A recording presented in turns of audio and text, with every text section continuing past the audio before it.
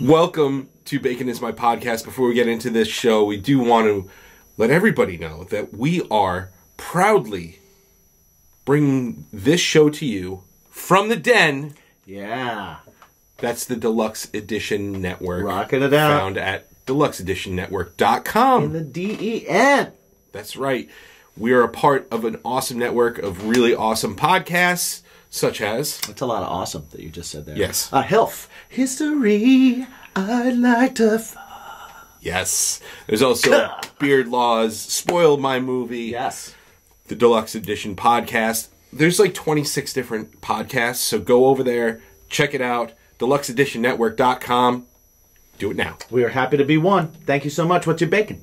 Guys, we are so excited because Manscaped has upped the game. Lawnmower 5.0 Ultra. They've got interchangeable dual head system with both a regular razor that you're used to on your lawnmower, but also now a foil blade as well. And if you already have one of these, if you already have the 4.0, the upgrade's good, man. Upgrade is good. Upgrade is good. It's got all the stuff that you like already. The light is a little bit brighter. Yes. Key, it has a lock.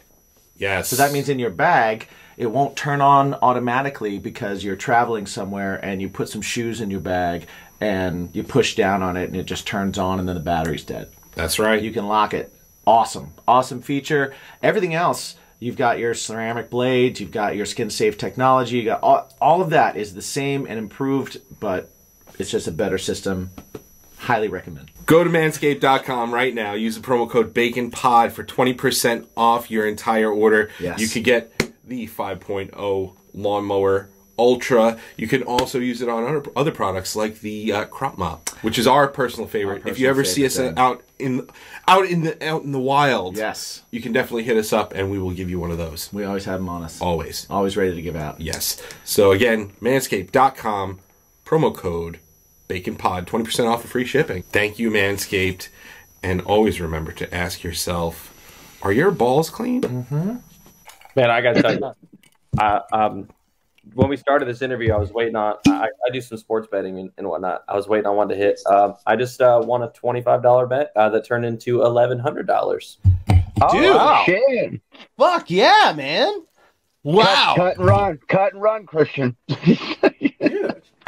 So I've been sitting here the entire time, like, oh my god. What the fuck, man? Wait, so what did you bet on? I've always known that we're good luck, but holy shit. It was a Cowboys game. It was, I don't know if you guys sports bet or anything, but it was an 11-leg parlay. So I had to have 11 things happen for it. So it was a long shot. It was a long shot, but dude, all on the Cowboys, and I needed them to win. Like they needed to lead each quarter by 4 points at least. Okay. I needed CeeDee Lamb to have 50-plus receiving yards, Jake Ferguson to have 25-plus receiving yards, CeeDee Lamb to get 5 receptions, Jake Ferguson to get 3 receptions. I don't know if you guys watch football, so this probably means nothing. But No. Brandon Cook to get 2 receptions, Dak Prescott to throw 1 touchdown and have 250-plus passing yards.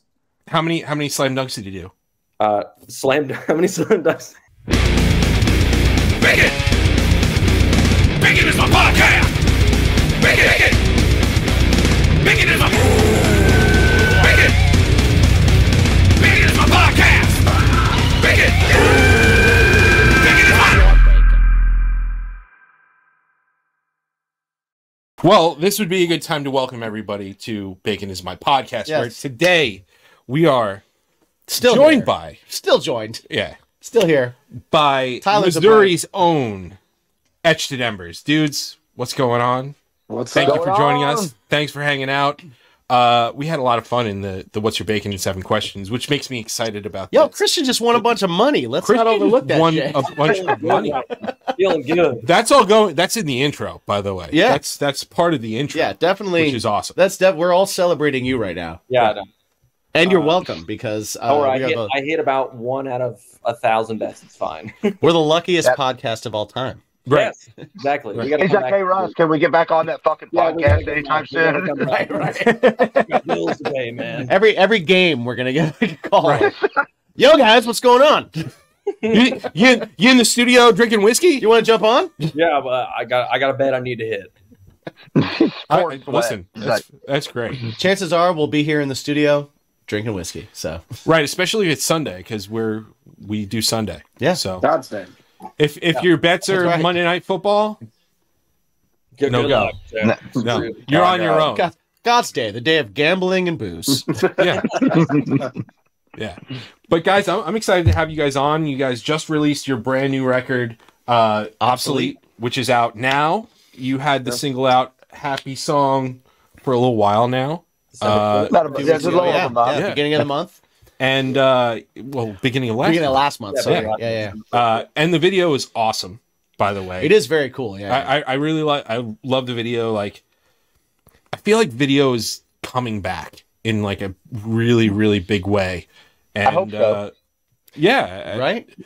Well, it's like it's crazy because you spend so much money on the production of a video, and then when you put it out, it's like, what happens now? So what made you guys decide to do another full-length video instead of like I see a lot of bands now that are doing like, okay, we've got to make a bunch of short 1 minute videos for like TikTok or something like that. We'll do like a pre-chorus leading into a chorus. Right. And like that's where our video budget's going. Right. What made you guys decide to go like, no, man, we're going to do like a full-length video and it's going to be like a story video too. We're going to have like a thing happening for it. I think we really wanted a product for this song. Yeah. So even if we were in that frame of mind with shooting shorts, I think we probably would have wanted to do a full length for this one anyway, especially once the concept was decided.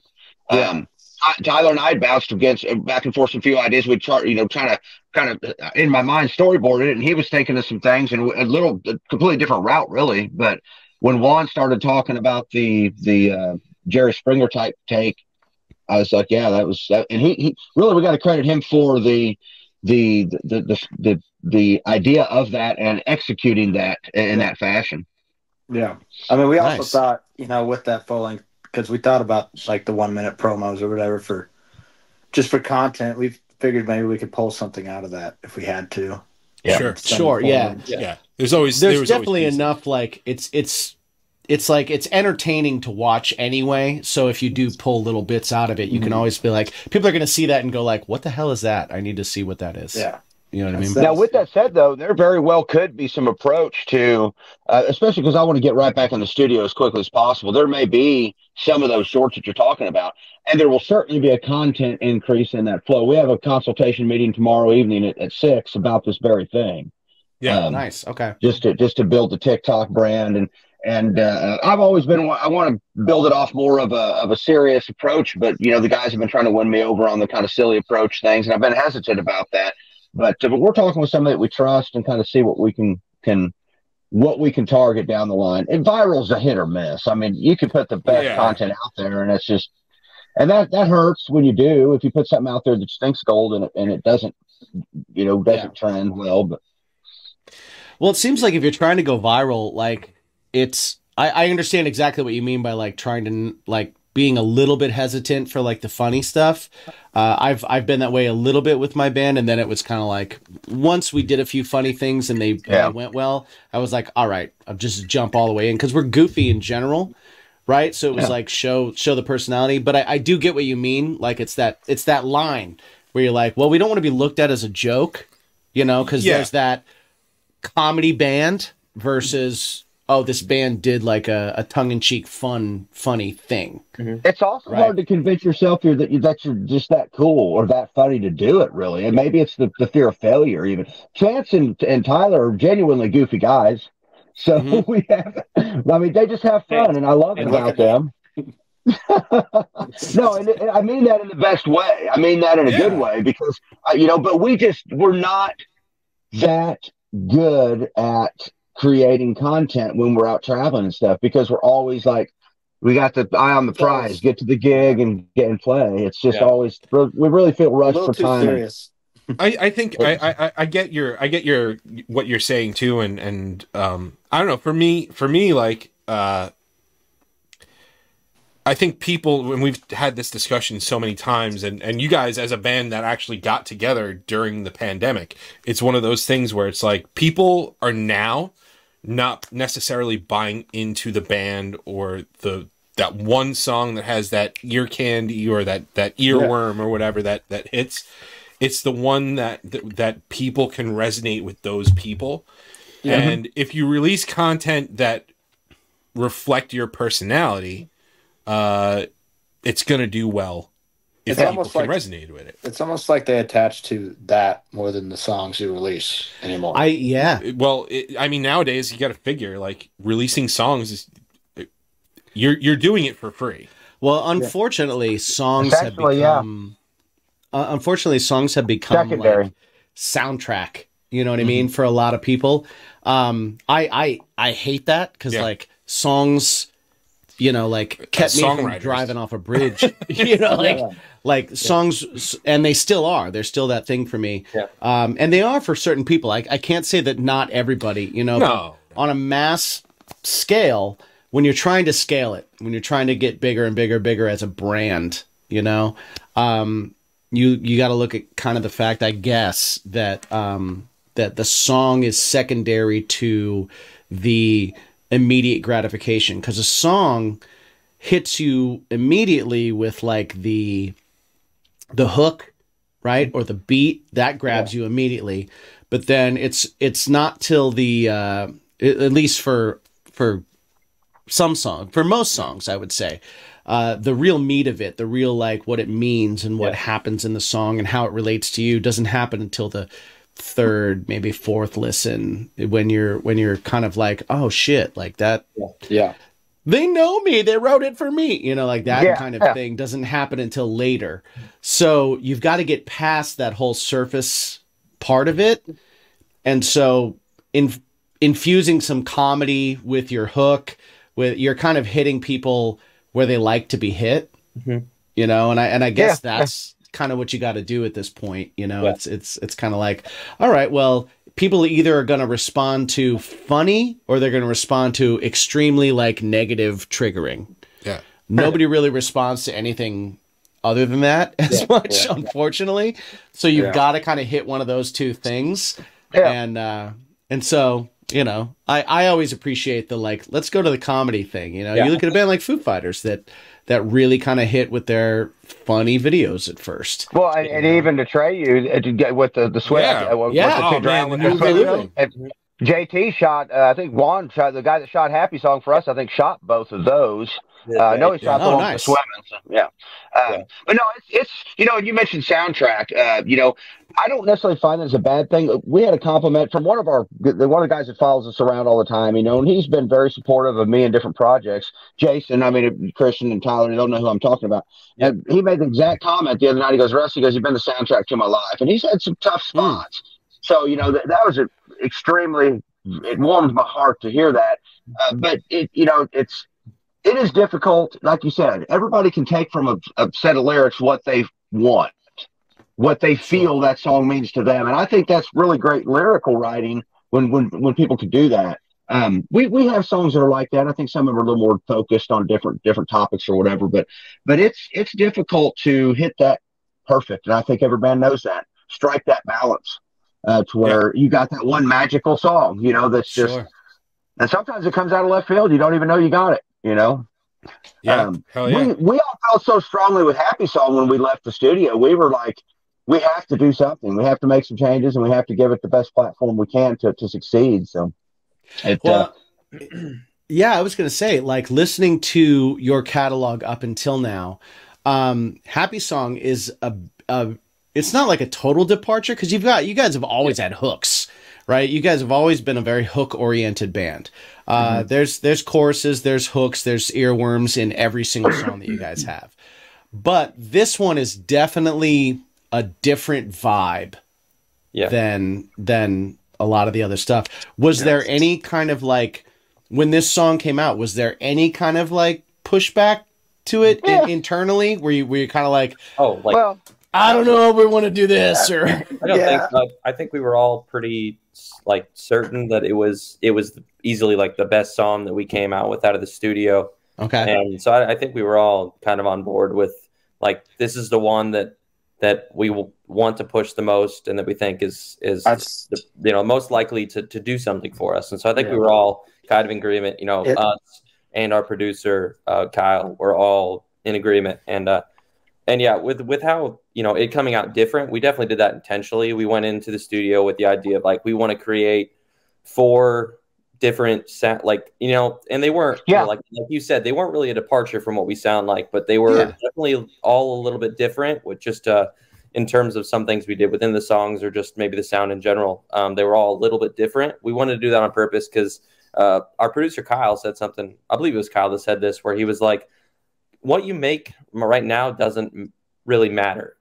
You want to find that one song and that one sound that hits, and then that will define what you need to sound like in the future. Because and you're shaping yourself still. You're essentially still shaping your sound and growing until you find that one, and then that's where, of course, where you want to put that focus into. Yeah, and so we went in with that sort of idea where we wanted to find our sound that could kind of hit a wider audience, and the Happy song was definitely the one where we came out and was like, this is the one that was definitely, it was the sound that we were kind of looking for. We felt it would hit a broader demographic of people than anything we'd ever done before. So and not to mention, you know, especially when we did the video for it too, where we took a kind of a funnier route than normal. We just do. That's where that balance comes in. I was talking about. It's a serious song. Yeah, it's really a serious song. Sure. The topic's very serious, but you know, the video wasn't necessarily serious. Like, it still conveyed like what we were talking about, but in like a lighthearted tone. And so that was definitely a good way to be able to hit, you know, a wider audience with that. So not only with the sound changing a little bit, we got the video, we did it differently, which was probably easily the funnest video we've ever filmed. I think we all probably was a lot of fun. It was hilarious. I mean, well, I think that comes across too. I think it comes across, and I think it shows, and I think that people can hear it in the song as well. You know, I sat back and laughed when we got. I just was so tickled pink, and I know that's an old phrase, but I use tickled pink still, boys. But I just sat back and watched it, and I was so proud of the guys and how they did it. I was so just stoked on what Juan's direction was. And I mean, the funniest parts probably didn't even make the video to what, you know, because there's so much going on. They never do. But back to the song creation, I want to give credit to Kyle on this one, because this is the only song we went in and wrote from the ground up. And we had other demos in there. We did 3 tunes out of the 6 demos that we brought. But Kyle had said something earlier in the week, just as we were sitting there chatting. He goes, you know, I keep hearing this thing, and he said happy song. And he was just kind of going, no. He's just kind of making noise, and then said happy song. And fuck, it stuck with me all fucking week. It bugged me. And then the last 2 days, and the last 2 days, he goes, well, what are we going to do, boys? And I was like, I think I want to just dive into that. Yeah, we kind of just said, let's do something from the ground. Yeah. So, was happy song the last song? Yeah. Yep. Man, it always happens. It's always dude. that one that squeaks in just at the end, or it's that song that, like, you're just about to go into the studio and you're like, all right, guys, we're drilling these songs, and then all of a sudden something else comes up, and you're like, oh, that's going. That we're sneaking that in. So I just had this experience. Like, my band's recording right now, and we're getting ready to put something out, and we were like, okay, we got 3 songs that we're gonna add. We're on our last 3 songs of a 9-song thing, right? And then we wrote this other song, and we had already done pre-production. We had already brought our producer in. He had already listened to everything. We had already started like tracking, and it was like, hey, there's this other idea that just kind of popped up, and it's like every single record that happens. There's this one song that just kind of like happens at the end that ends up dictating the whole sound and vibe of what's going on.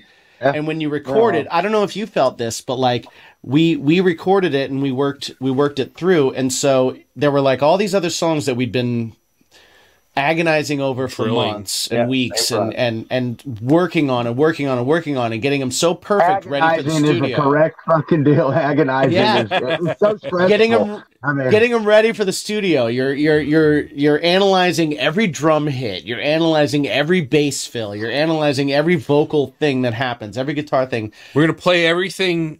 And then there's this, so we know what we're playing. Song that happens. Oh, that's important. We don't do that. That's very important. It's a deal. Play unplugged so you know what fucking shit doesn't work. If you got two guitar players, essential.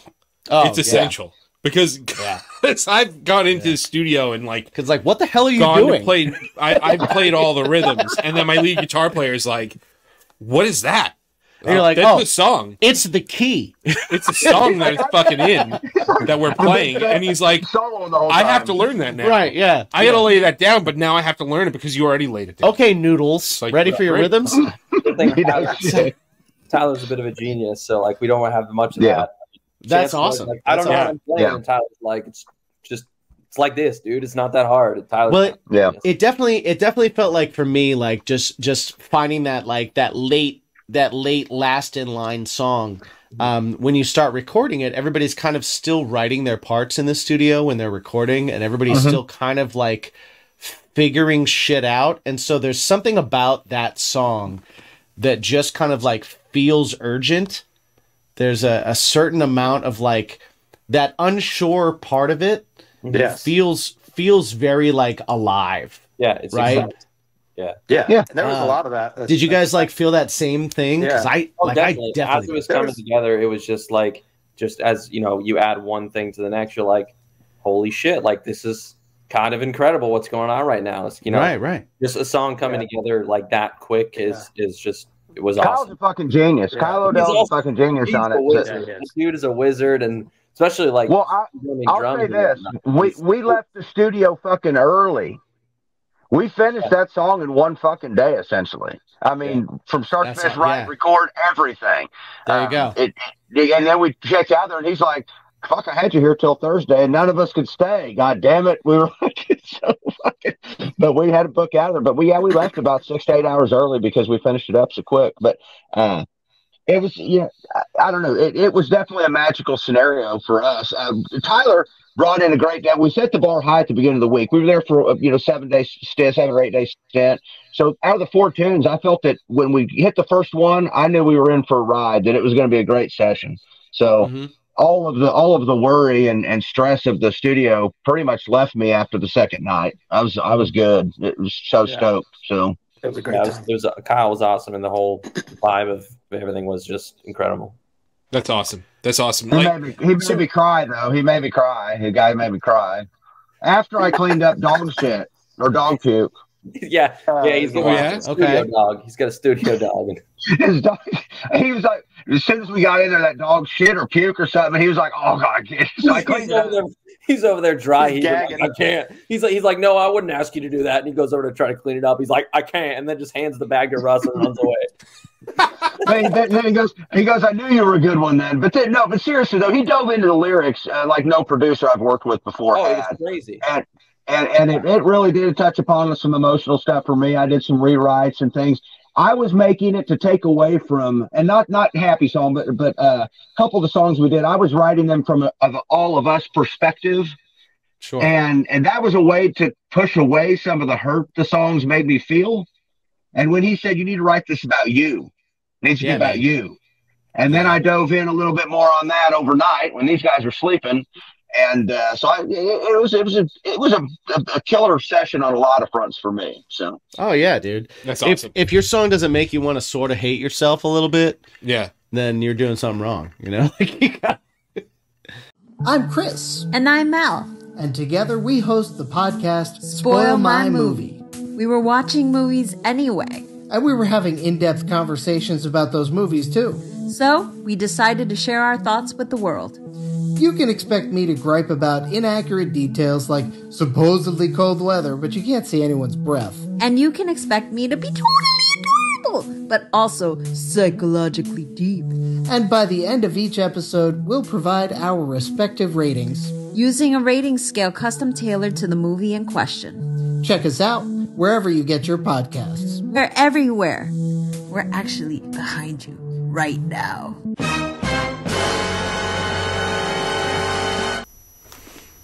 Have you noticed some new things on Bacon Is My Podcast? We have the new BIMP Lounge. Yes. Right? So with that, we're trying to up our game a little bit here. That's right. Right? We're trying to extend our reach. If you want to help us do that, well, one of the ways you can do that is by rocking out with our sponsors. Jump over to baconismypodcast.com, jump to our sponsor page, and check out all of our awesome sponsors. Get all GrillYourAssOff.com, DrinkWildBills.com, Manscaped, Pod Decks. There's quite a few of them. And we're adding stuff all the time. With the most recent promo codes and the best deals that you can possibly get. Another way you can help us, get some t-shirts. Like this one right here. It doesn't come without the sleeves. It gives you the option. But it gives you the option. Yeah, you get it with sleeves. You don't want sleeves, you cut the sleeves off. That's right. That's how it works. Then you have a headband if you have like a thin head. Yes. I can't use the sleeves as a headband because I have a giant round head. Yeah, we both do. Yeah. Go to baconismypodcast.com. Check out the merch page. Bacon is my fashion. Yes. Right? And you can check out all the latest episodes. It's kind of like a portal to everything Bacon is My Podcast, including our music. A portal to bacon. Yes. Including his band, Craving Strange. Yes, my band, Something Heavy. Also, Bacon is My Passion, the band itself. So music coming. Yes. So go ahead. Check it out. Costs nothing to look. So go ahead. You should buy. You break it, you bought it though.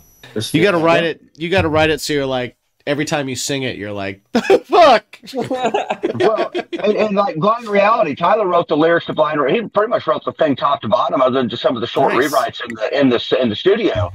And I know that one's lyrically means a lot to him. He said what he wanted to say, and I think that's awesome. You know, that I've been kind of prodding him for the last couple of years to write something.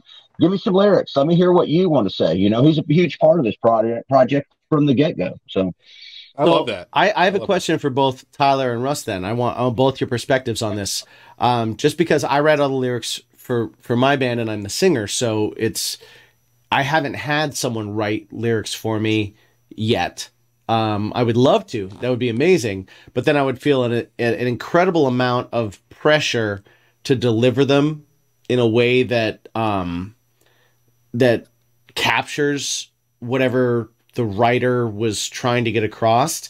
So, like for you, Tyler, how was that experience of writing the lyrics and then having Russ handing them off, sing them and hand them off, and then hearing him kind of do it, and did you feel like you ever needed to be like, oh man, more of this, or oh man, less of this, or were you just kind of like trusting and just like there? And then Russ, how was it for you to sing somebody else's lyrics? You did demo it out. So we, when I demoed it, you know, I'd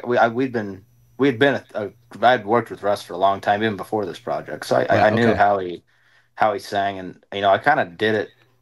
I didn't do it in any crazy key. I did it. Actually, me and him are very similar in our singing as far as our range and stuff, and so it was fairly easy to do, and I trusted that he could pull it off 100%. I wasn't really worried about it. We went in the studio, and he did a couple lyric changes on some stuff, and I ended up really liking him, and he nailed it. I mean, it was exactly what I wanted when I wrote it, and it came out awesome. So I really didn't have – I mean, I wouldn't say I was ever nervous about it. I was more interested to see what he would do with it. Right. But you know, and it was good enough from what he laid down was so strong that I didn't feel there was many. We did some cadence changes and a little bit of the verses, and that was just for delivery purposes of how we ended up working, because the guitar parts change up slightly in different things, and we had a real vacant verse. And what I mean by that is he left a lot of open space there in the first verse for us to work on that build in the studio to see where we wanted to get. And then when we laid down the pre, honestly, and I don't know if anybody gets the Nine Inch Nails feel in there, but I mean, when we laid that down and I heard that, I was like sold on the motherfucker 100%. I was like, that was a big deal. That's fucking sick. Yeah, so I was stoked on it, and honestly, the singing portion of it, like getting the same emotion. Tyler and I have both experienced a lot of fucking bullshit in our life, so I just sing from that angle, man. I know how he feels when he wrote it, kind of. So. That's awesome, man. That's awesome to be able to tap into that. And that's great to have someone that you can kind of like pass it to and trust that they're going to like get what you're doing also. Yeah. That's super cool. I've written for another singer, but I've never had somebody write for me. Yeah. So that's an interesting thing. I like to take direction in the studio too. When laying down vocals, I'm not the kind of guy that thinks that my way is the only way. My biggest thing when I go into the studio is I want to leave that studio knowing that I can perform those songs well live. That's the absolute 100% biggest thing for me. I don't want to lay down something that's difficult and I have to sell the fans each night. So that makes sense. That makes total sense. Now, when you guys went into the studio, did you go into the studio or go into this like process as a like, hey, we want to present this as a record? Yes. This has been strange though, because this has been a long time coming. Because we've been creating these songs for 2 years, 2.5 years, and I say that in batches.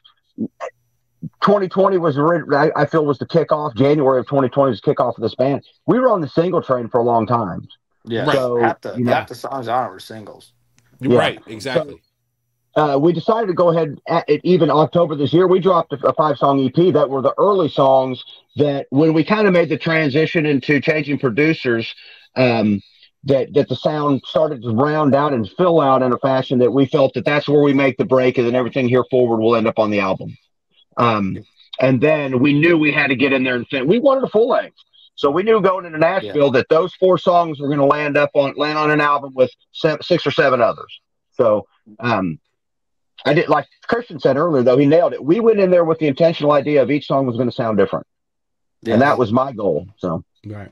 That's awesome. That's really, really cool. It's so weird because, like, for a long time, like, my main musical project, I was just basically like, you know what? I'm just going to do singles. And that's it. I'm going to do singles. I did a live EP. So we were at, too. Yeah. And, you know, we're going to do an acoustic EP, but we're just, like, singles, which is, I mean, we're in my studio, so like it's super easy to just kind of be like, okay, cool, we wrote something else, I'm gonna bounce it off some people, okay, cool, let's record it and do it. We made, but I now I'm kind of seeing the record come back. Yeah, you're starting to see that a lot with a lot of bands where they're like, okay, it's fun releasing these singles, but I love consuming 100%. As from the metric side of it, you know, this is the first full length we've dropped, and it's helped our analytics and metrics on like Spotify just because we did drop that breadth of songs with the algorithmic. It's keeping people's interest more. So we're seeing this band's growth has been great for as far as our base numbers over the time that we've been doing this. But we don't know that we've been up in the monthly listeners and back down again. It's such a roller coaster ride. So we're trying to figure out what to capitalize on that to retain those people. So I think albums are going to be a thing for us over the next deal and try to put out as few singles as we can. I'm hoping a 4 or 6 song, maybe this in 24. So just keep that content flowing. So something that I've heard you guys talk about in a past interview, actually. You've heard from people like, hey, do some covers and stuff. Of course. Are you guys at all thinking about doing that approach? We've been thinking about it for a while. What I want to know is who's the biggest asshole who picked the worst song in the band chat? Probably Chance.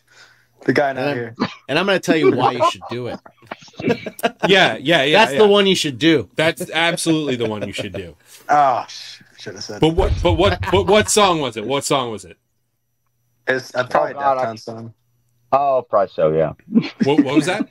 It's probably a Deftones. Oh, yeah. Oh man. No. Yes. I think it was a Chevelle song. Probably. It was either Deftones or Chevelle. Not that I have a problem with. I think it was a Chevelle song. I can't remember what song though. Okay.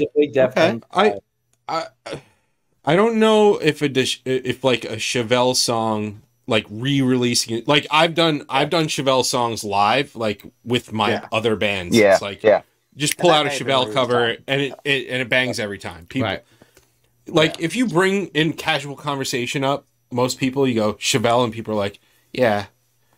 But when you play like the Red or Closure, when you're in a when you're live, people lose their shit. Fucking man, we've done a few Deftones songs. I love doing Deftones songs, but like, what do you do to a Deftones song?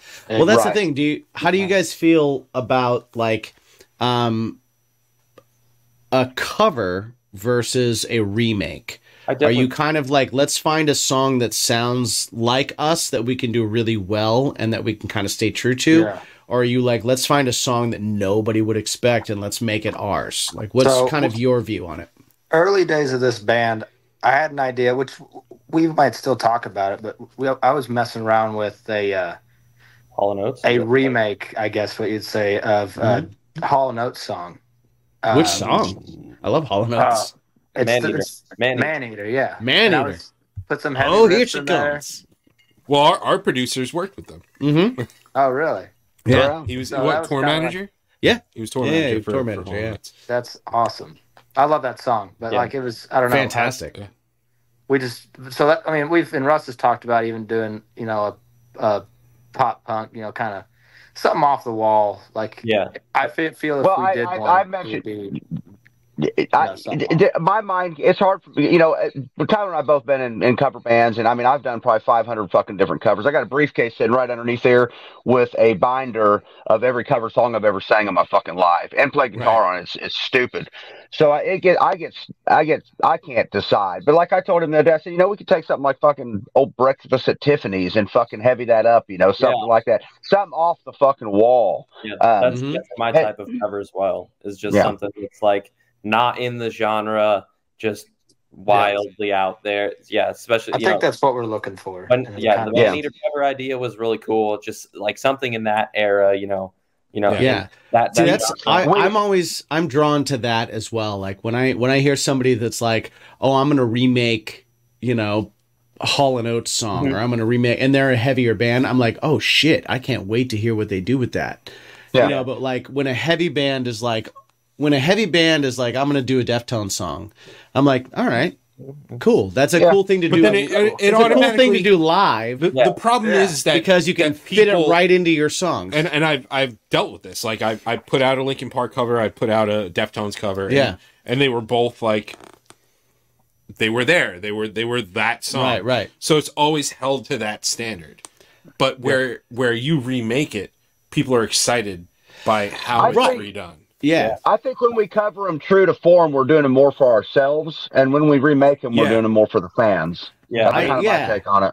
That's why I'm a big fan of Our Last Night. Our Last Night does such a, like, they do the songs that aren't they're not in the genre. They do a lot of, you know, things that are just like rap and whatnot, and which is cool because I'm not that big into rap, but like when they do it, they make it like.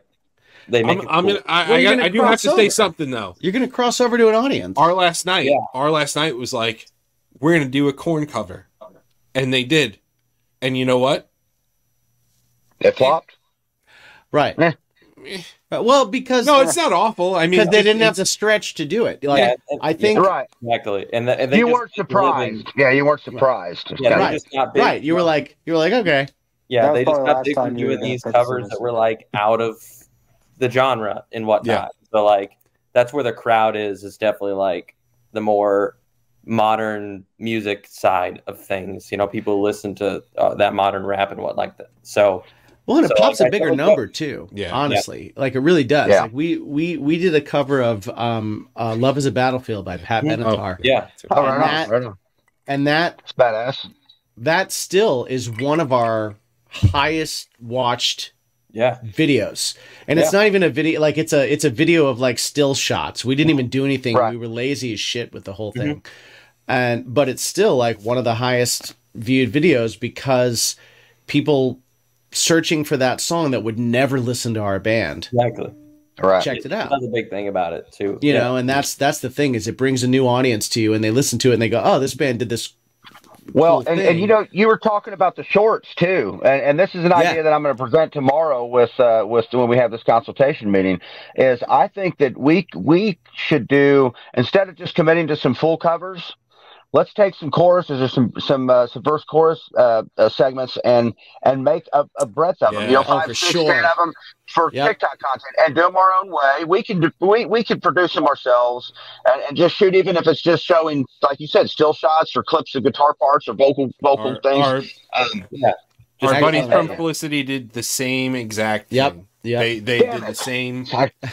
Well, no, it's not a damn it. It totally works. It totally works. It effing worked. It worked for them. They got flown to California to open for the Used, right? Like it works. The shit works. They're putting together a headliner in Chicago. They're from Florida, right? They're putting a headliner in Chicago. It's like that shit works, and it's crazy because it fights everything in your brain because it has nothing to do with your skill as a musician or your skill as a writer or your ability as a band or how good you are.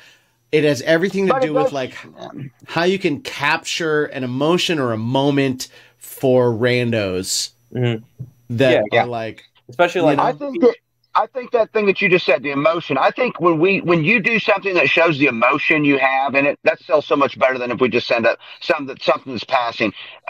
The best segments of the live shows, you know, and it's not always easy to sell that emotion on your face or in a performance. We try to obviously try to leave it all out there, but I think that that emotional connection is the thing that we definitely need to tap more into in some of our content that we've got to explore. So, yeah. Well, yeah, you need to make people feel something, you know, like, you need to make them laugh. You need to make them feel like shit. You need to make them feel happy. You need to make them, you know, you need to make them like care. They have to go through, you know, and that's the hardest thing to do is to make people care.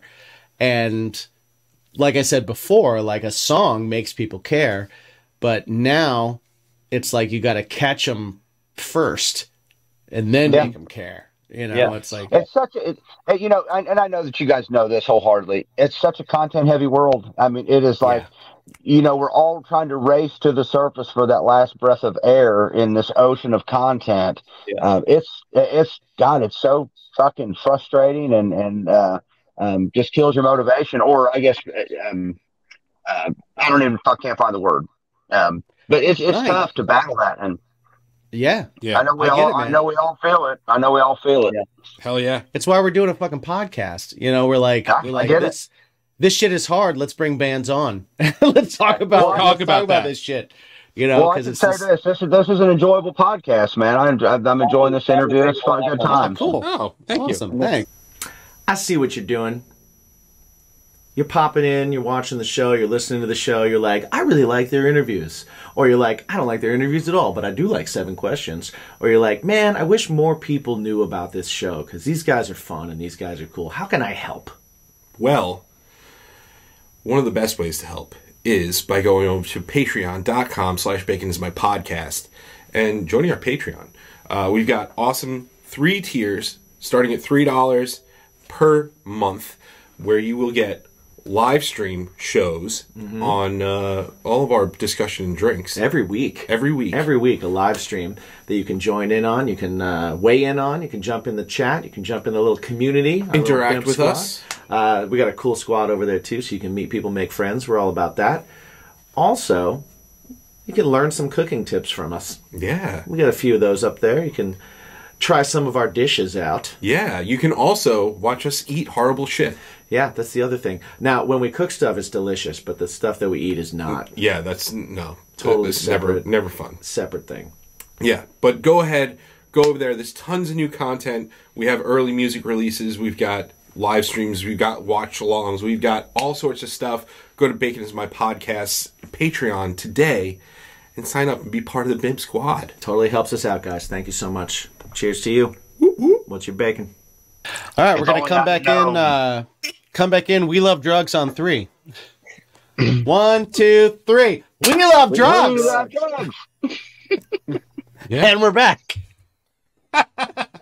That's a great one. Yeah, that's staying in. Yeah, that'll stay in. That'll definitely stay Especially because it was not on 3. Everybody was like, we love. Which is how that should go. Yeah, absolutely. That's how that should sound. It just sounded like, we love. Wait, what?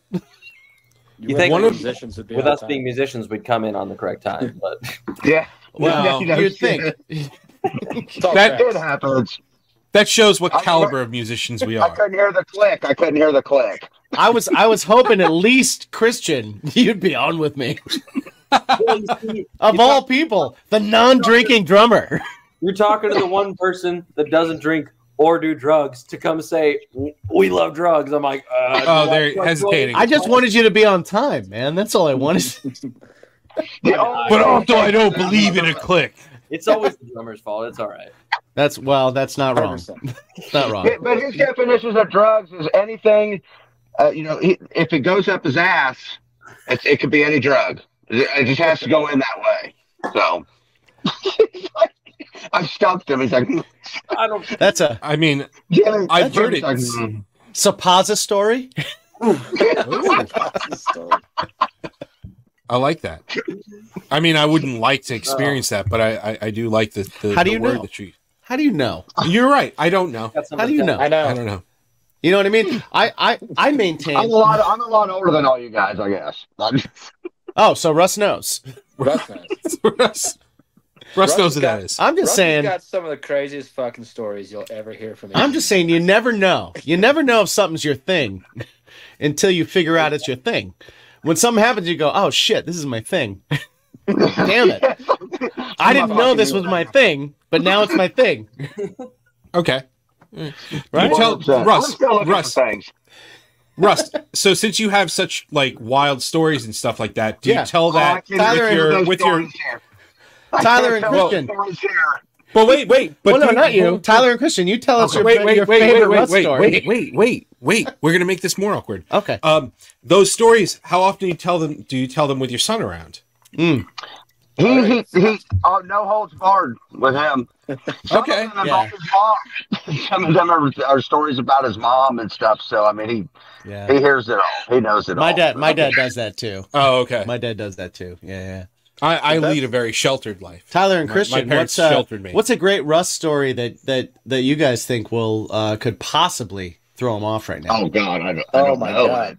I'll say this though: the best thing about Russ's stories is they're usually just like off. Like you'll just be having a normal conversation. All of a sudden he'll be like, "Yeah, my ex-wife's mom tried to have sex with me once. It was cool." You know, it's just like this out of nowhere. It's like what? I don't know. No, it just came out of nowhere. I mean, was she hot at least? I mean, I don't know if I should have said that. No, not at all. she wasn't hot, or Tyler shouldn't have said that. No, it's like some people get mad at me because I share like parts of my life and stuff like that. I'm like, I don't give a fuck. I mean, I'm human, and it's like if I share, depression or happiness or anger or whatever, it's just because I'm trying to show people that I'm just like you guys. I'm real. I'm no different than anybody else. I don't think of myself any differently. I can laugh at myself for the most part. I think we all have that line where it gets a little too much for our skin, but I don't know. I just try to have a good time, and I'm older than these guys, so I've done some dumb shit before the internet. So, dude, thank fucking God the internet was not around, or these fucking phones that can take. I Oh my feel God, man. the same way. Oh my God. Yeah. I mean, I've done plenty of dumb shit after the internet, but yeah, I didn't. It's wild. I didn't know about internet dating. Right. Like my wife and I. Oh, I knew about have chat rooms. known each other. Yeah. Well, chat rooms. ASL, baby. Russ, you know what I'm talking about. Chat, little AOL. I've been a taken man. Damn near. These women have kept me locked up my whole fucking life. I don't know. I've never been on a dating site. The chat rooms I avoided because I was scared of them. Chat room hookups, as you probably should be. Chat room hookups. Yeah, I will tell crazy. You. Yeah, they're crazy. Don't do them. Scars. Well, they're can't scars do them anymore. They don't exist. Scars, but they're stories. Have you guys heard of Tinder? Oh, I just don't know which way. Tinder? We've heard that's what the kids are using. That's what the kids were using 10 years ago. I'm sure. I think the only one in this band that's ever had one is Russ's son. So. Oh no shit! I didn't even know he's probably got them all. Plenty of fish, plenty of farmers, all those things. Farmer.com. Yeah, plenty of farmers. Plenty of poppers, Russ. How about that? Plenty of farmers, man. Plenty of poppers. Plenty of farmers in the field, man. They are in Missouri. Plenty of farmers. I know he likes to plow. He does like to plow. When he can get it up. Christian, that was about dicks. Who doesn't? Who doesn't? Who doesn't like to plow? I've heard grinders about dicks too. I've heard that. I've heard that. I think it's all about only dicks. Only dicks. Only dicks. Christian knows. Oh, that's like OnlyFans, but different. It's OnlyFans, but different. Yeah, but different. Right. Only dicks. Slightly different. Yeah, it's all right. Oh, Christian, everyone at home, Google only dicks. See what comes up. Hit images. See what happens. Live a An little. interesting night. There's a giant wreath of penises. Do it on your friend's phone, though. Do it on your friend's phone, not on your own. No, do it on your mom's laptop. Yes. There you go. Her work laptop. Yes, her work. And then tell your dad to look at your mom's laptop. Mom. Oh man! The very first time I ever got caught looking at porn was by my grandma on her house. Oh, yeah. Please tell this story. It was that. Well, I didn't know Tyler. anything about search history. I was like 12, 11 years old, in that age. Okay. And then my grandma set me down. She started crying. They're very religious, and I love them to death, but they're very religious, and she's like, I saw what you looked up. I'm like, what are you talking about? And of course, it was, I don't know, backdoor sluts or something. Who knows? I was going to say, what'd you look up at 12? Backdoor sluts is... Well, Tyler, that works. Tyler, I will tell you this. My mighty, at the time, the mighty 4 gigabit hard drive. Yeah? That wouldn't turn on anymore. That's how I was caught watching porn. That wouldn't turn on anymore. It was just broken. I was just like, I don't know what happened. It just won't turn on anymore. Right. Well, I tell you what, I caught my parents I caught some dirty things about my parents. Don't think that these folks. Wait, you caught your parents watching porn? No, well, just some of the things that they thought were great. I was like blown the fuck away. I'm like, what? Yeah, you don't need to go digging in your grandparents' or parents' closets either, because they'll fucking. You don't want to know. No, that's. I dug in my parents' closet. And I sold an entire bag of hash to my high school.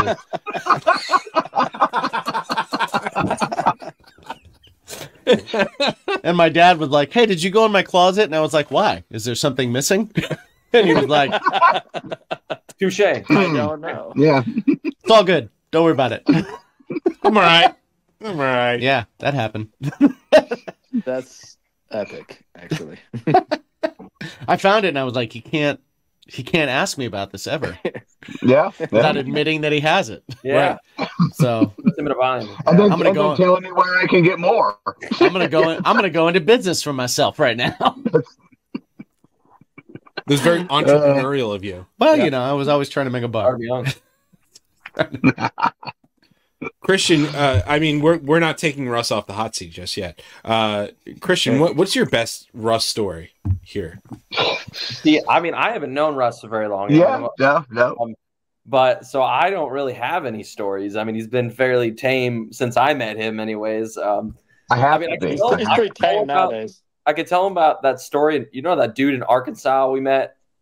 Oh, God. I don't that happened to the whole band, but that was... No, but like you had a big part of it because like the way you ditched that dude was fucking hilarious. Oh yes, I mean you have to please. Tell us about Tell us about the dude in Arkansas. We played this.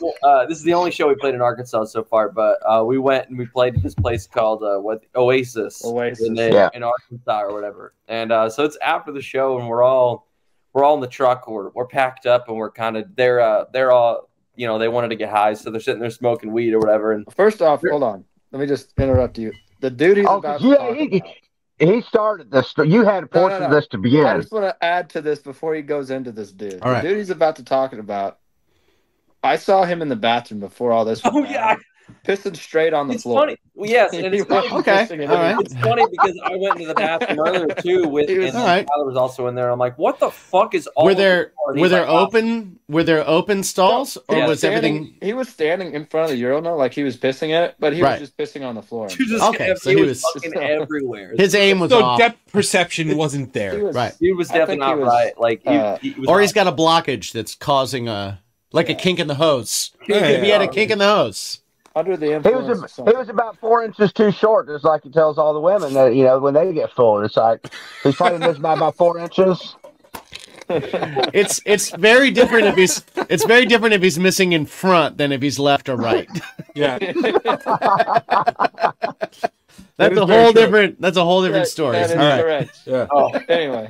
But anyways, we're in the truck after the show and they're getting high but they're a little like paranoid. People keep walking by and they're like fucking like nothing's going on in here, guy. Because I don't know if it's legal in Arkansas at the time or not. I'm not sure if it is or not. But anyway, this old guy walks by and they fucking lock eyes with, you know, Russ and him will lock eyes or whatever. And he walked right up to my truck, I thought, like to my window. Well, because you spoke to him, you went, nothing's going on here. And then he looks in, he's like, I'm about to go do the same thing that you guys are doing. But the conversation gets weird because he tries to get us to like go party with him and at his cabin in the woods. No, but it didn't start out. Okay. It didn't start out as a house in the woods. All right, this dude keeps. It's just where it ended up. It only ends at the house in the woods. This dude keeps going on about like he's just trying to get us. He's like, you know what? We should keep the party going. You guys should come back to my house and he's like, you guys don't want to be driving around with all the state troopers and cops around here. Which, by the way, we saw 0 cops the entire time we were there. On the way there or on the way back. So this dude is just lying. But he keeps trying to get us to come back to his place or whatever and to party or whatever. He's like, I got room for you guys to stay there. He's like, I got room for your trailers. Like, you'll be fine or whatever. But he keeps slipping in casually. I'm not queer. Just out of nowhere, unprompted. just keeps trying to get us to party with him and unprompted. Just keeps just out of nowhere. He probably said it 50 times. He probably said it 50 times. That's too many times. That's too many times. So many times, and he keeps slipping in there. Just it's wild. But so he keeps. He wasn't going away. No, but he's like my house is just it's a couple blocks. It's in the city. It's nearby or whatever, and. So he won't stop. He's just like, come, you guys can come back, but and we just keep telling him no because we're like, what is wrong with this dude? Like, this is such a weird scenario or whatever. But he keeps going on, and then it turns from his houses down the block in the city to my house is out in the woods. Oh. I'm not queer, by the way. He literally goes, my house is out in the woods. You guys can come back. I'm not queer. Like, that's like a direct quote. Just those 3 things just shot back to back to back. And we're like, what the hell? We finally convinced this dude that we're not going back to his. No, Russ had to walk him away. I'm like, I had to ditch him. That's where we had to ditch him because I'm not going back to fucking Dahmer's house and getting eaten alive here. All right, but I don't want to end up a lampshade in dude's apartment. Buffalo Bob over here. Right. But we eventually do convince him to like drop that idea. We're not going back with him. We're like, we just want to get home or whatever. But he's like, at least come inside and do a shot with me or whatever. And Russ is like, all right. So he gets out of the truck and that guy goes. The team. Russ goes into the venue first, and in Oasis, there's like a VIP lounge that's got like curtains, like black curtains or whatever. So we come into the back of the venue right next to the VIP section. Russ ducks into the fucking curtain. This old dude walks by the curtains, doesn't see Russ or whatever, and we just hopped out of the truck. It was a magic trick, dude. It was a magic trick. Back to the truck! Yes, back to the truck! Russ comes booking it back out the backside of the fucking venue, just like, go, get back in the truck! And we haul ass out of there. It was probably the funniest but weirdest interaction I've had with somebody at a show. It's like, no, I'm going to tell that story forever because it was fantastic. That is so good. But you know what? That's what touring's about, man. That's hilarious. We had a similar incident in Columbia, Missouri. It was just me, Russ, and our stagehand, and there was this dude. And the funny thing about this dude is we were handing out flyers before the show in downtown Columbia.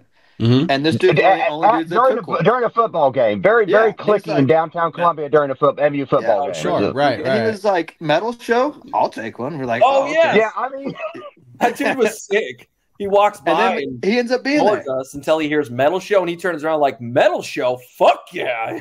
And he's cool, you know, and he was there the whole night. And then he came. We're packed up. But he didn't leave. But he wouldn't leave. He was like, what bar are we going to? You guys want to go fishing? Oh, I didn't know that. Like, what bar are you going to? Dude, you want 1,000 of those. You have 1,000 of those, you have a career. Dude, exactly. Yeah. Right? You're making a living. Yeah, and we love them, but it's like when it's time to go, you don't want to be rude or anything like that. And we get hit up for rides all the time. I don't know if of course. Yeah. You got a van. You can fit people. Yes. It's like people need you to help them move. Yeah, it's the same shit. Hey, before you guys load that van trailer up, can you help me get from 9th Street down here to 150th Street? Right. Real quick? So, Russ trying to be nice and stuff, walked him like 2 blocks down to this other bar and booked it back to the truck and left that dude in this bar trying to go to the bathroom. very similar story. We're standing there in the line for the bathroom. I said, "Hey, man, you go in front of me, brother." I said, and we'd already exchanged information. So I said, "Hey, go ahead, go on in, man." As soon as he goes to the bathroom, I run. It's like, just like ditching. I gotta go home. I gotta go home. So it's late. Well, Kristen's talking about all the dicks, but Russ seems to be ditching all the dudes. Right? That's true. I guess I'm just the only one that it falls on me. I'm the driver. For us to leave, I have to clear all the obstacles. Well, you're the front man. Well, you're the front man. Listen, you're number one. Yes. Right. As the front man, you're number one. You should have left drama, I think. You've got a welcoming face. This is coming from 2 singers, by the way. Right, yeah. Oh, right on. Thank you. Because you know what? Like, I've had that guy. So I'm going to send... We've all had that. I'm sure you have. For sure. That guy. And we don't hate him. We don't hate him for we love him. No, not at all. Yeah. No, honestly, no. I love that Arkansas experience is so funny. Well, because we didn't die. Dahmer didn't kill us, but it was just hilarious. It's just now I have a story to tell for the rest of my life about this one guy I met in Arkansas one time. I'm never going to forget that guy. And you know what? If he comes to a show again, you'll see him and you'll know him right away. And then those are the best things. Not to talk to that guy because I'm going to get killed. But you know what? You will talk to that guy because you'll be like, "Holy shit!" I probably will. You're probably right. You're back. Holy shit! I'm gonna talk to him, but I'm gonna have my band members keep an eye on us from a distance. Oh yeah. Well, he won't kill you because he wants you to keep making music because he's a fan. Yeah, hopefully. You know, and that's the deal. That's the deal right there. That's the difference between 3 and 7 garden gnomes. Yes. That guy had beyond. That guy had 8 for sure. That guy had 8. That guy had 8 for sure. Yeah. If you went back to his wooded cabin, there were 4. There were 8. There were 8 garden gnomes. At least. Minimum. Yeah. Right. Guarding his. Probably so. Guarding his. Whatever. Graveyard. Unmarked graveyard. These guys are fortunate to have an older guy in the band. They've seen me fall off of 6-foot stages right to concrete. Forget words mid-song, stumble over things. I'm biting it up out here. I don't know if that's because you're older, dude. No, that's because you get to be the front man, and we've all fallen off of stages and forgotten words. Like, we're all dumb. Yeah. We're all... I used to before we even start playing. It's before we start playing. I fall off stages. I legit for a long time, like when the guys would get really, really super excited about a new song, and I go, "All right, let's play it live." And they were like, "What did you? We didn't record anything yet." Like I was like, "Hey, if you're stoked about it, like that's cool." This. I don't do that. And we'll play it. It'll get over big, and then the guys will come back and they go, we saw some video back. Like, what did you say?" And I was like, I mumbled. Yeah. He no lyrics it. I've seen it happen. It's amazing. I found the lyrics. I threw in a but people fucking love it. Well, like, they love it. You also scream, which is a thing. Like, right. You can't always understand a scream. Yeah, so it's fine. Yeah, it's fine. Right? No, but the hooks. I've done hooks. I've done straight up choruses with that's true. 3 words. It's true. 3 words in like a 25, 30-second chorus. I can't do that. My people stand in front of me and go, "You fucked up the words," and point at me. Oh yeah. Yeah, but second time around, they don't know. Yeah. They don't know. Our stagehand's that guy, dude. We love Steve, but he'll be the first one over there. Yeah, so I heard you fucked that up. I heard you cracking that chorus. I heard this. I heard that. I'm like, God damn, Steve. What the fuck, man? But as singers. So Mike, Jimmy, you guys are both singers then, right? Yeah. Both singers. Man, I got the and I'll make this quick, but this just happened this fucking week. And these guys, I bitched all fucking week about. I didn't say anything really till the show. Dude, I bit the very, very, and I mean this tiniest little sliver off of my fucking tongue last Sunday. Ooh. Eating Mexican. That sucks. Yeah. So I actually lost consciousness for a split second in the fucking Mexican restaurant because when I realized it was actually off and I took the fucking bite, I put my head down the bar and my wife goes, "Are you okay?" I look up, I'm like, I just fucking whited out. So fast forward this week, a very sore but numb mouth. Like the tip of my tongue's like all exposed and the mouth's fucked up. So we have 9 songs to get through fucking Friday night in Omaha. Made it to the 9th song. And you know how when your mouth's numb, you can't really control your saliva and spit? Sure. Yeah. I wrote a post about this on Facebook today. We have a song that you don't hear anything. The clicks in our ears, and we just drop in with the vocal and basically the first verse right the bit. I run over there to take that deep breath right before that fucking deal and swallow this amount of spit in my throat. Think I swallow my tongue and immediately start choking. None of these guys, none of them would have saved me if I'd have went down. I look over at Tyler and I'm like, sing, and he's just playing guitar. I ended up fucking out, man. I didn't even know it happened. Just blissfully playing a riff. Oh, dude, he was new until after the show. Dude, I don't know how they couldn't. In my ears, I was squeaking, like croaking, because I couldn't open it. I was like, trying to sing these fucking words. It was terrible. And I'm back here focusing on the clicks and fucking know anything. The screaming parts weren't too bad, but we got past the first one. I turned around and bent over and started hacking up fucking shit. And then it was a nightmare for me. It took 20 minutes after that show for me to get back, but I've never experienced in 35 years of singing something like that. Russ, and I was laughing inside the whole time. I'm like, this is a moment. I've been a terrible person. Now, Russ, have you ever been more mad at yourself than when you bite your own tongue? I was embarrassed. My wife's like, "Are you a child?" You're like, it's been there the whole fucking time. Dude, my worst. This isn't a new thing that I'm navigating. My absolute worst singing, like time singing ever was when we played a show, and I had to get a tooth pulled 2 days prior. Oh, okay, that. All right. So we were supposed to get. We had a show. I got a tooth pulled that night. We were supposed to have rehearsal that night, and I was like, "Fuck it!" Like, I'm gonna go. So my wife at the time, my girlfriend at the not all heroes wear capes. My girlfriend at the time, who is now my wife, was like, "This is a bad idea." I was like, "No, I need to go there. We're playing a new song." It ended up being like the first time we played this song that I wrote for her, and good choice. She like pours me into the rehearsal space, and I was like, "Just give me a chair. We're gonna get through this." and I did. I did get through the rehearsal. Like I didn't sing. Like I sang like the first song, and I was like, "This is a terrible idea. I can't do this. I cannot do this on the Vicodin that I am on. Right, this is awful." Exactly. We get to the show, and I'm still fucked up. Like I'm still like hurting. Like the next morning, I was like, "I'm not gonna take any pills." Oh, and by noon, I'm like, my side hurts so much. This is the worst thing ever. So now I'm on the pain medication. Right. I'll take the pills when I'm uninjured. Yeah. So I get up there. I love drugs. And apparently I did a pretty good job, except for the fact that because I was singing and screaming, and because I had some stitches in my mouth.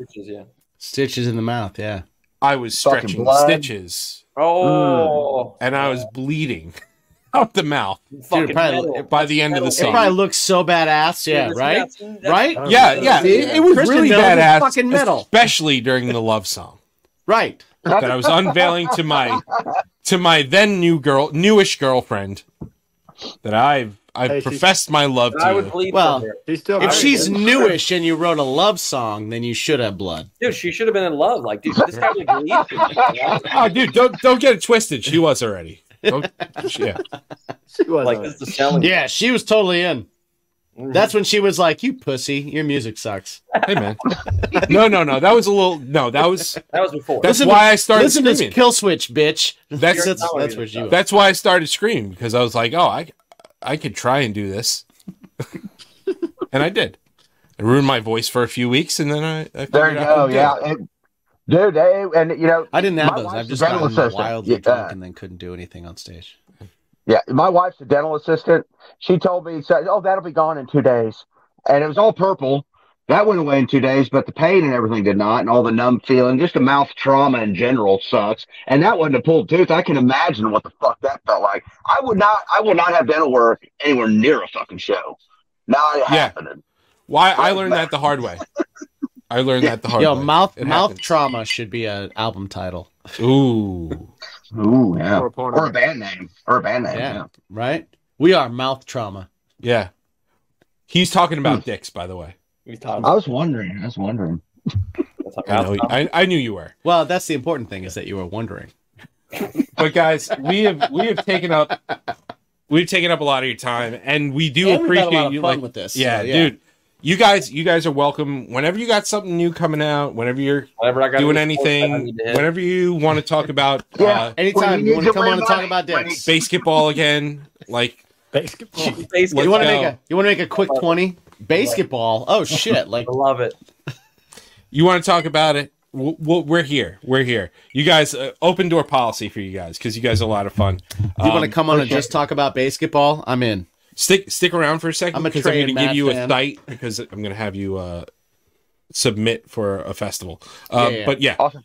Yeah. So stay on. But stay on. But guys, let everybody know where they can find the new single, find the new record, find everything there is for Etched and Embers. All socials, obviously. Most of those are Etched and Embers. Like Twitter's Embers Etched. Everything else is Etched and Embers. We do have vinyl there available on the website at etchedandembers.net. Yeah, good on you, Christian, for having that nearby. We've got these up there. I've got these here handy. We've got the new release and the old release. Well, always got it on hand.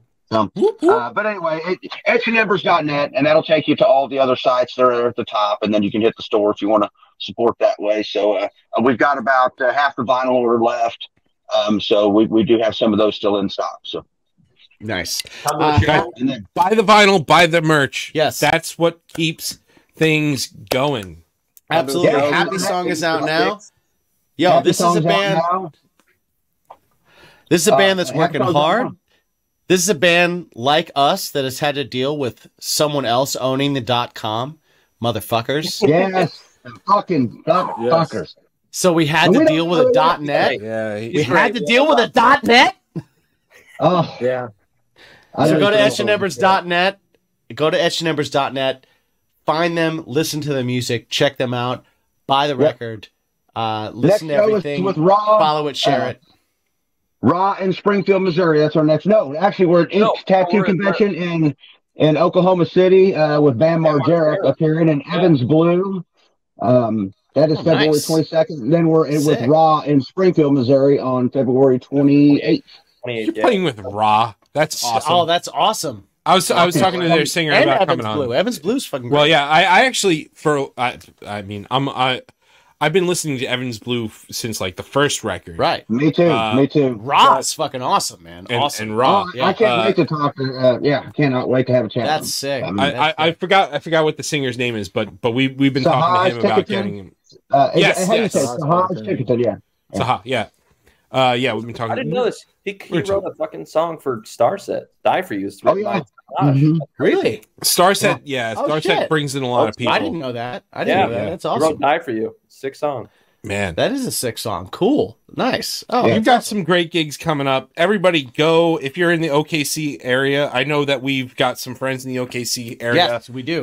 With the the peeps from the friends and listeners from the Outlining Color camp and whatnot. So definitely hit them up. We were fortunate to jam with those guys last year too, man. They're fucking dope. Good dudes. Yeah. Great dudes. We've had them on a few times. Yeah, we've had different members. And hit up Skaggs if you want that. He's got a farm, but he does it. So OKC raising cattle. Is it raising cattle? I'm just kidding. No, he has a bunch of cocks. Yeah. Not the dicks, Christian. It's chickens. It's actually chickens. By cocks he means dick. No, I don't. I just said it. Chicken in my camp between state, that means marijuana. We're like, hey, you got any chicken? That's marijuana to us. Oh. I don't know. It was just funnier if I said dick. Oh, it's good to know. But if you say you've got chicken, it doesn't mean dick in Missouri. That was back when we needed code words to say marijuana. You know, exactly. Now I'm going to the dispensary. So Right. Well, guys, thank you so much for hanging. Before we leave, though, we do want to ask something because it's very important to the show. It is, and we didn't really get to like dive into it because we got into so many other things. Yeah, but, so many tangents. So many tangents. But I'm sorry. I'm sorry. No. We love tangents. We're all about it. That's why we're going to do a part 2 whenever you guys want. Hit us up. Anytime, all the time. But we do want on here next time.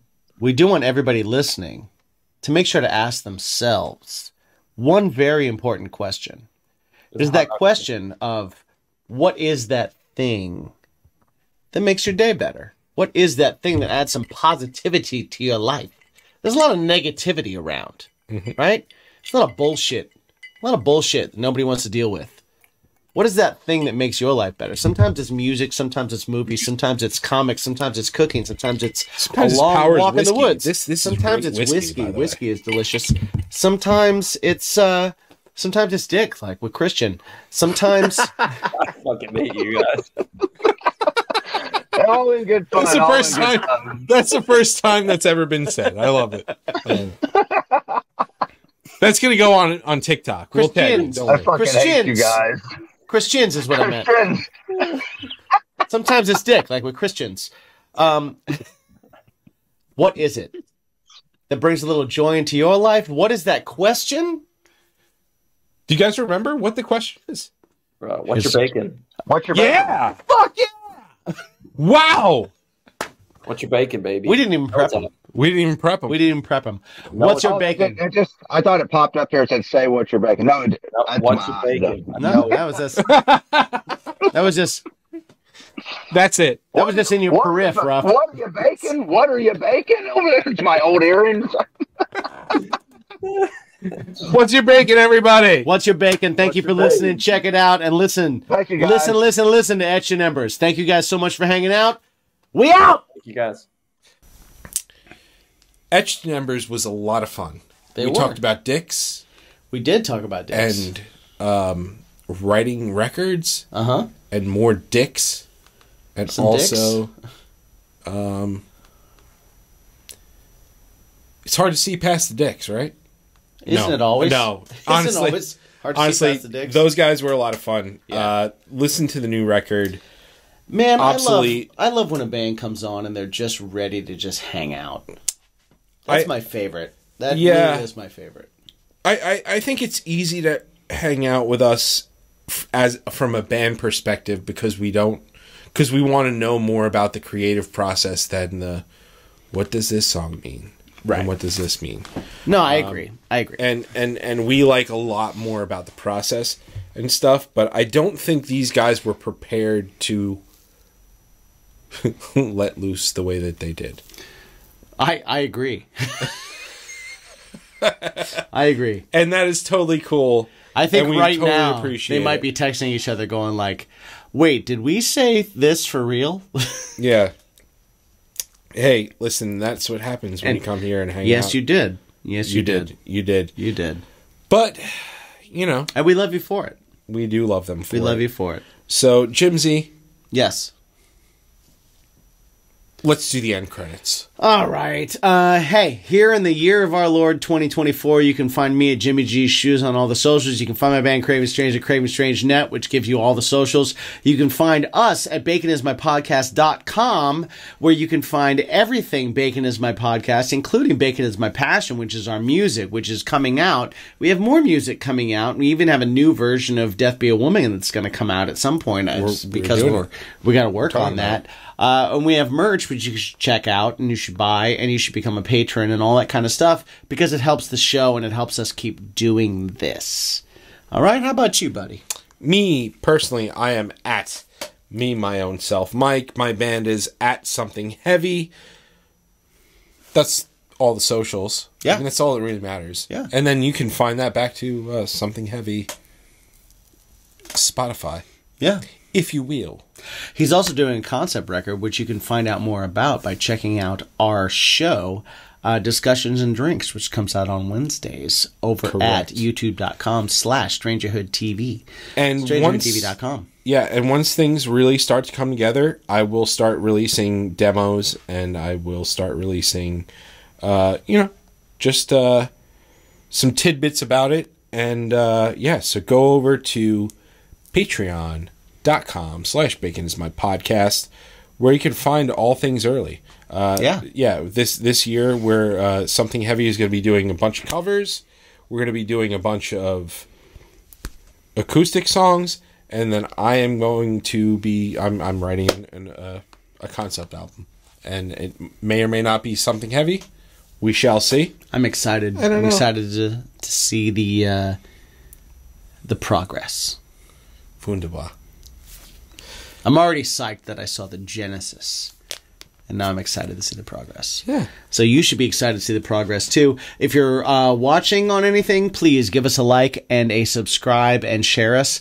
And if you are listening to us, auditory people, do the 5-star review. Yeah, also do that. Wherever you're at. Whatever you're listening on, please give us a thumbs up or whatever the equivalent is and share us to people because that helps the show. Thank you so much for listening. Thank you so much for being a part. Shave your balls with Manscaped and all that kind of good stuff.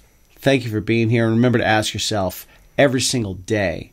And it is really important. We say it. Super important. We say it, and it's not a joke. Honestly. Listen, this should be a resolution, right? Yeah. Your New Year's resolution is to ask yourself every day, what's that thing that makes your life better? What's that thing that makes your day better? What's that thing that makes everything that's bothering you a little less important? What's your bacon? Goddamn right. World peace. Shabba. Shabba Shabbos.